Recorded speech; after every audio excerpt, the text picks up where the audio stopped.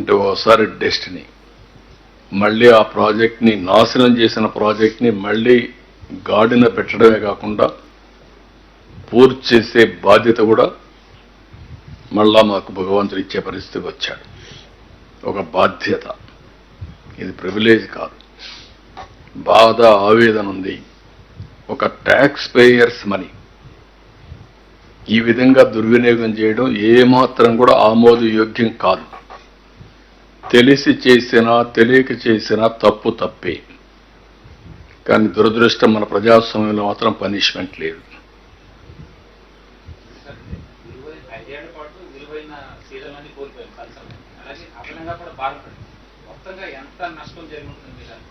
నేను మెషరబుల్ మాత్రం 2,400 కోట్లు, కాస్ట్ ఎక్స్లవేషన్ ఇంకొక 2-3 వేల కోట్లు, తర్వాత ఇక్కడ పవర్ ప్రాజెక్టు అది ఒక 2-3 వేల కోట్లు, ఒక 10-15 వేల కోట్ల రూపాయలు మినిమం ఉంటుంది. మళ్ళా ఆ బెనిఫిట్ వచ్చుంటే అది మెషరబుల్.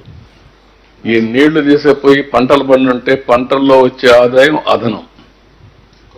అది ఒకసారి జిఎస్టిపి పెరిగిన తర్వాత ఆ జిఎస్టిపి పైన మళ్ళీ ఆదాయం వస్తుంది, అదే వెల్త్ వస్తుంది, డబ్బులు వస్తాయి. ఇది ఇట్ ఇదే ఒక మూమెంటం అన్నమాట, ఒక స్పైరల్ మారిగా అన్ని నాశనం అయిపోయినాయి. ఇప్పుడు మీరు ఒకసారి చూస్తే తెలంగాణ ఆంధ్రప్రదేశ్ విభజన జరిగిన తర్వాత హైదరాబాద్ నగరం తెలంగాణకు వెళ్తుంది కాబట్టి హైదరాబాద్ అనేది రెవెన్యూ జనరేషన్ సిటీ కాబట్టి ఆంధ్రప్రదేశ్లో రెవెన్యూ జనరేషన్ చేసుకోవడానికి అవకాశాలు లేవు కాబట్టి అమరావతి పోలవరాన్ని కేంద్రం డబ్బులు ఇస్తామని పెట్టారు.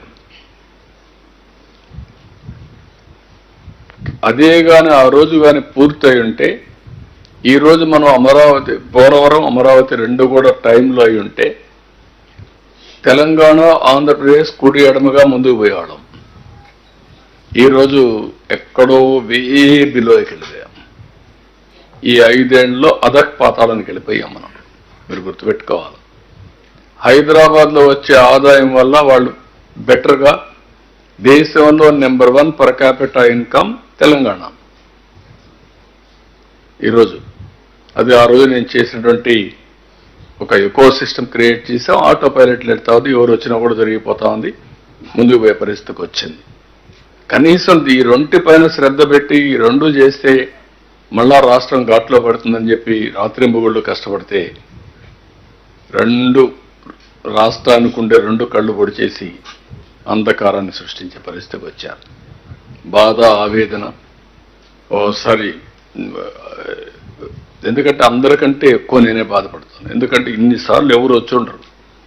దేశ చరిత్రలో 28 సార్లు ప్రాజెక్టు దగ్గరికి వచ్చి ముందు తిరుగుతూ ఉంటే మా ఇంజనీర్లు చెప్పారు, నాకు అన్నీ తెలుసు. అవన్నీ ఎక్కడ కాఫర్ డ్యామ్ అప్పర్ వస్తుంది, ఎక్కడ డౌన్ వస్తుంది, డయాఫామ్ వాల్ ఎక్కడ వస్తుంది, గ్యాప్ 1 ఎక్కడుంది, గ్యాప్ 2 ఎక్కడుంది, గేట్లు ఏంటి, everything. It is a history.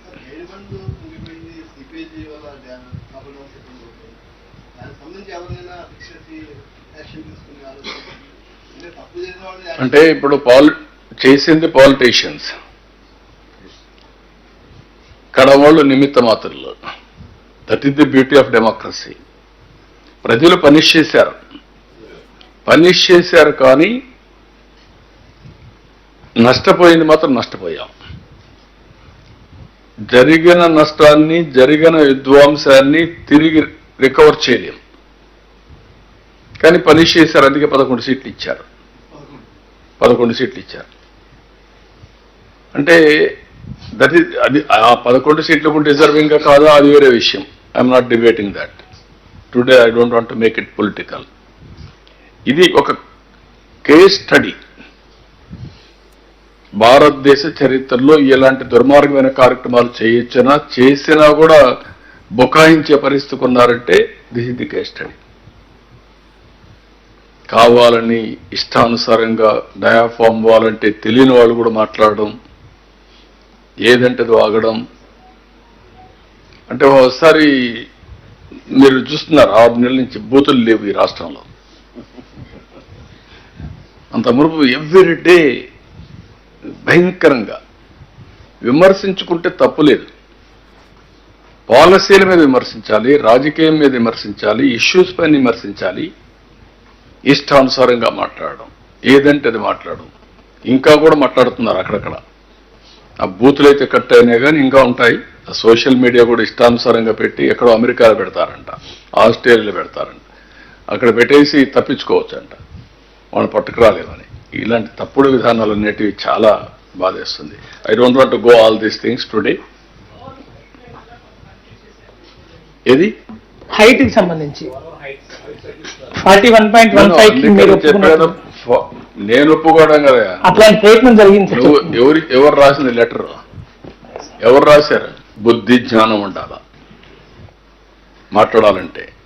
ఏదన్నా మాట్లాడితే చెల్లుబాటు అయిపోతుంది, నోటుకొచ్చేట్టు మాట్లాడడం అనేది తప్పు. ఎవరు ఒప్పుకున్నారు? నువ్వు ఒప్పుకున్నావు.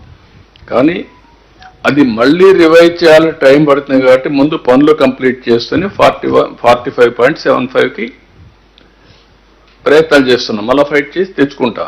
అది క్లియర్గా బైఫర్కేషన్ యాక్ట్లో ఉండే ప్రాజెక్ట్ ఇది. దానికి 45.75 ఉంది. దానికి ఒకసారి పెట్టిన తర్వాత government of India administrative sanction ఇచ్చారు. ఇచ్చిన దాన్ని తగ్గించాడు ఇతను లెటర్ పెట్టి 41 చేశాడు. సిగ్గు లేకుండా మళ్ళా మాట్లాడుతున్నాడు. అంటే ఏదంటే అది. అంటే మనం ఏది మాట్లాడినా కొంతమంది అని వింటారు అని మాట్లాడి తప్పది. అంటే రాజకీయాలకు విలువలు పోయినాయి అనుకోండి, అది వేరే విషయం. వాళ్ళందరూ వచ్చి రాజకీయాల్లో విలువలు పోయినాయి. ఒకప్పుడు వాస్తవానికి విరుద్ధంగా మాట్లాడాలంటే భయపడేవాళ్ళం, క్రెడిబిలిటీ గ్యాప్ వస్తుందని. ఇప్పుడు ఇష్టం వచ్చేట్టు మాట్లాడుతున్నారు. I have seen this type of politics. Even ఒక స్మాల్ టెక్నికల్ ప్రాబ్లంలో కూడా ఒకసారి చెప్పి అది కరెక్ట్ కాదనుకుంటే మళ్ళా సారీలు చెప్పిన రోజులు ఉన్నాయి, విత్డ్రా చేసుకున్న రోజులు ఉన్నాయి, క్షమాపణలు చెప్పిన రోజులు ఉన్నాయి. అది ఉందాతన రాజకీయాల్లో. Mic Sir, Polavaram is